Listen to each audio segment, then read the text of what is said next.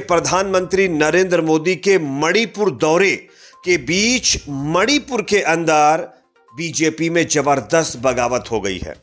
मणिपुर में बीजेपी के 43 यानी 43 से ज्यादा नेताओं ने एक साथ इस्तीफा दे दिया है, जिससे बीजेपी में अफरा तफरी का माहौल है। आगे इसके बारे में वजह बताएंगे कि दरअसल क्यों ये इस्तीफा दिया गया है। साथ ही साथ दोस्तों खबर आ रही है बिहार के अंदर इस बार कौन बाजी मारेगा, इसको लेकर के एक दिग्गज नेता की तरफ से बड़ी भविष्यवाणी की गई है। किसका पलड़ा भारी है, क्या नीतीश कुमार बाजी मार पाएंगे या कोई और, आगे इसकी चर्चा करेंगे और इसके बारे में जो प्रेडिक्शन सामने आया है वो भी आपको बताएंगे। साथ ही साथ खबर आ रही है दोस्तों, नेपाल की तरह भारत में भी हो सकता है बहुत बड़ा विद्रोह।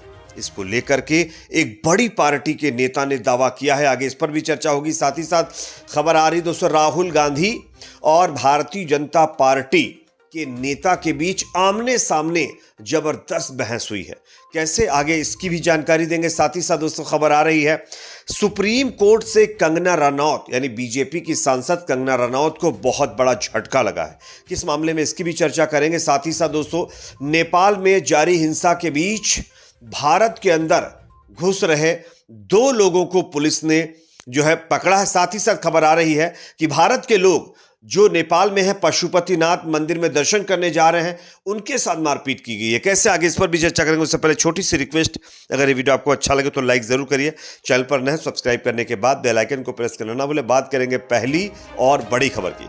जैसा कि आप जानते हैं दोस्तों कि देश के प्रधानमंत्री नरेंद्र मोदी का मणिपुर दौरा है, लेकिन उनके इस दौरे के बीच मणिपुर में बीजेपी में सब कुछ ठीक नहीं चल रहा है। 43 यानी 43 से ज्यादा नेताओं ने एक साथ मिलकर के पार्टी छोड़ दी है, इस्तीफा दे दिया है। बीजेपी सदस्यों ने एक बयान में कहा है कि वे पार्टी के भीतर वर्तमान स्थिति को लेकर के बहुत चिंतित हैं, इसलिए वो अपने तमाम पदों से बीजेपी को टाटा बाय बाय कह रहे हैं। मैं आपको खबर भी दिखा रहा हूं, आप स्क्रीन पर यह खबर देख सकते हैं। यहां पर सीधे तौर पर कहा गया है कि पार्टी के अंदर सब कुछ ठीक नहीं चल रहा है, लीडरशिप की कमी है और इसको लेकर के इन 43 नेताओं ने चिंता जताई।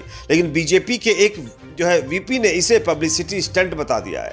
लेकिन दोस्तों ये अपने आप में दिखाता है किस तरीके से भारतीय जनता पार्टी मणिपुर के अंदर अब टूटने की कगार पर पहुंच गई है। हालांकि प्रधानमंत्री नरेंद्र मोदी के दौरे से ऐसा लग रहा था कि शायद बीजेपी मजबूत होगी, लेकिन बीजेपी मजबूत नहीं हो रही, उल्टा और कमजोर होती जा रही है। अगली खबर जो कि सामने दोस्तों आ रही है, यहां पर बिहार के अंदर कौन जीतेगा इस बार का चुनाव, इसको लेकर तमाम प्रेडिक्शन करने वाली कंपनियां लगी हुई हैं, ओपिनियन पोल भी कर रही हैं। लेकिन इसी बीच प्रशांत किशोर ने एक और भविष्यवाणी कर दी है। बिहार की सियासत इन दिनों गर्म है। विधानसभा चुनाव की आहट के साथ ही नेताओं के बयान भी राजनीति की दिशा और दशा तय करने में लगे हुए हैं। इसी बीच देश के मशहूर चुनावी रणनीतिकार से नेता बने प्रशांत किशोर ने हाल ही में दिए इंटरव्यू और फिर बेगूसराय की सभा से कई ऐसे दावे किए जिसमें राजनीतिक हलचल तेज कर दी है। प्रशांत किशोर ने बताया है कि इस बार बिहार चुनाव में उनकी पार्टी जनसुराज 245 विधानसभा सीटों में से कितनी सीटें जीतेगी। उन्होंने यह भी दावा किया है कि बिहार के मौजूदा मुख्यमंत्री नीतीश कुमार इस बार चुनाव के बाद बिहार के सीएम नहीं होंगे। इसके पीछे उन्होंने कारण भी गिनाए हैं। हालांकि नीतीश और आरजेडी नेता तेजस्वी यादव की तुलना में उन्होंने नीतीश को बेहतर नेता बताया है। अब सवाल यह खड़ा होता है कि किसके खाते में कितनी सीटें जाएंगी। तो नीतीश कुमार की पार्टी 25 सीट भी इस बार बिहार के अंदर नहीं जीत पाएगी, ये जो है प्रशांत किशोर ने बताया है। साथ ही साथ उन्होंने ये भी कहा है कि उनकी खुद की पार्टी या तो 10 सीटों में सिमट सकती है। अगर वीडियो अच्छा लगा तो लाइक, कमेंट, शेयर और फॉलो करना ना भूले। इसी तरह का अपडेट हम आप लोगों के लिए लाते रहेंगे यार वीडियो।